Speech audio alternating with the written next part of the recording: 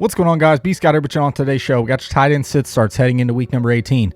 Many fantasy managers are not playing this week, but the guys that are, I'm going to bring you the start, sits, and streams at the tight end position ahead of week 18, the last week of the NFL season. So keep it locked and loaded right here at the first four downs.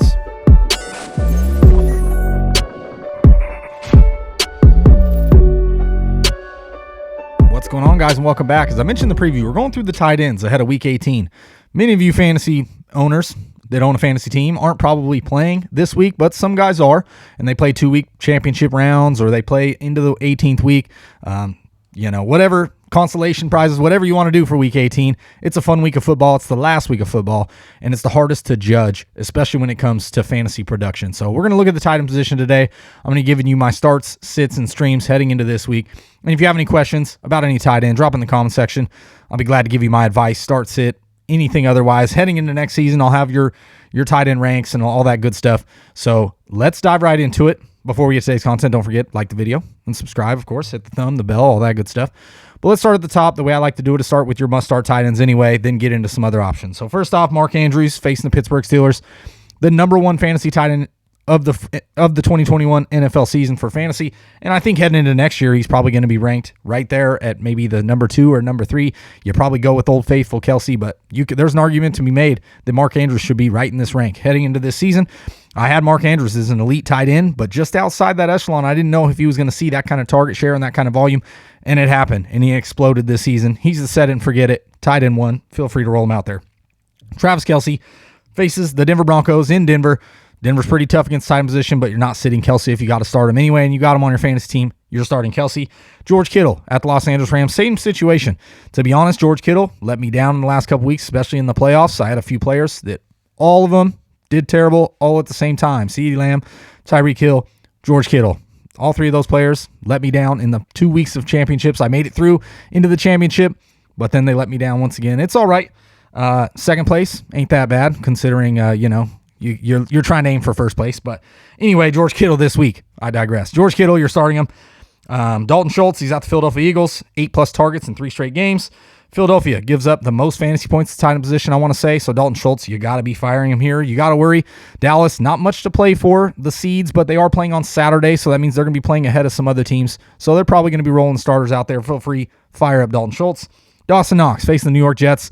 And look, 2 targets, no catches for Dawson Knox. And I think going into next season, he's going to be an easy top 10 tight end, considering he could be honestly drafted inside the 5 to 6 spot for me at the tight end position going into next year.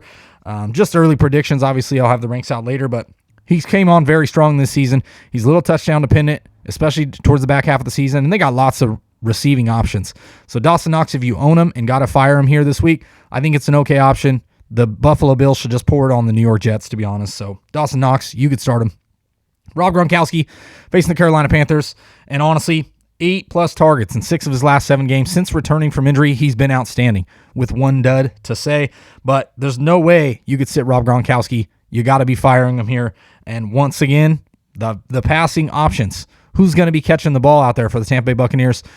You got Mike Evans a little banged up. We'll see if he's going to try and make it happen. But Gronkowski's the old faithful, the number 1 option, so I would be starting him this week. Zach Ertz facing Seattle Seahawks, 7+ targets in 4 straight games for Zach Ertz, especially since DeAndre Hopkins went down. Set it and forget it as the top 5 fantasy option, in my opinion, or top 10 at least this week, considering the target volume. It's been huge on a weekly basis, and it's a big divisional matchup. So start Zach Ertz. Pat Freiermuth at the Baltimore Ravens, little touchdown dependent, but he's still seen a decent amount of targets. 6 targets, 5 catches, just 22 yards. Ben Roethlisberger threw the ball 46 yards to get, 140 yards passing? I mean, it was very, very short passing game. But they're at the Baltimore Ravens.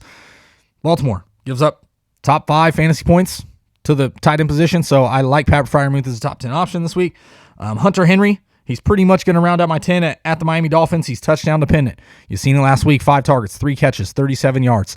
That's pretty much a stat line you're going to get with Hunter Henry without a touchdown. I think he finds the end zone in this one. I would take my chances here with Hunter Henry.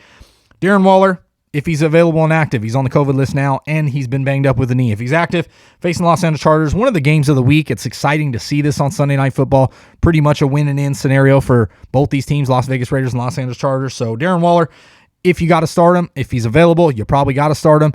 if he's not available. Foster Moreau, I like as an option. Now, yes, let you down last week, just 1 target, 1 catch.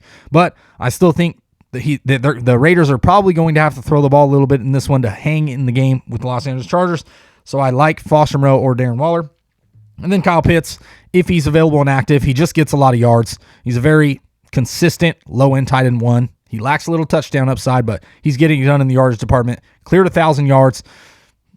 On pace, 56 yards, I want to say, something like that away from breaking Mike Ditka's rookie record for a tight end. So Kyle Pitts, if he's available, you got to be firing him. Now, a couple guys that I don't like this week, don't love the matchups. First off, Mike Gesicki. He just hasn't found the end zone in a while, and the New England Patriots don't give up a lot of fantasy points to the tight end position. Third fewest. And they've only allowed, I want to say, 4 touchdowns to tight ends on the season. So Mike Gesicki, to me, I would be sitting, looking elsewhere. And then Tyler Conklin facing the Chicago Bears. The Chicago Bears defense has actually played pretty decently against the tight end position, albeit the secondary hasn't been playing great. But Conklin also has not been getting any end zone looks or anything like that. Who knows if Kirk Cousins is going to play. Did get banged up in the game, so I have to wait for the practice report. This is coming out on Tuesday before the practice reports.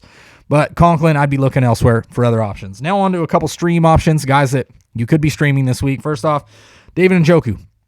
Faced Cincinnati Bengals, 4 targets, 4 catches for 28 yards and a touchdown against Pittsburgh Steelers just last night. Case Keenum will be starting the game, and I don't think it's a downgrade for Baker Mayfield. I really don't. Baker's been playing very poor over the last month and a half football. I get it. He's been banged up.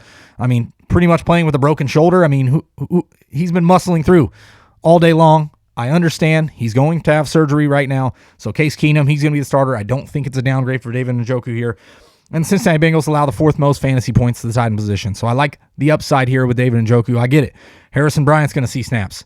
Austin Hooper is going to see some as well. The target share has been all around. So, David Njoku may not get that 6-7 targets, but I think he gets some red zone looks here, and they're going to be wanting to play and beat the Cincinnati Bengals. Great divisional matchups. That's, I guess, why they saved him for the last week. So these teams come out and play. Cleveland doesn't have much to play for, but David Njoku I like as a good stream option.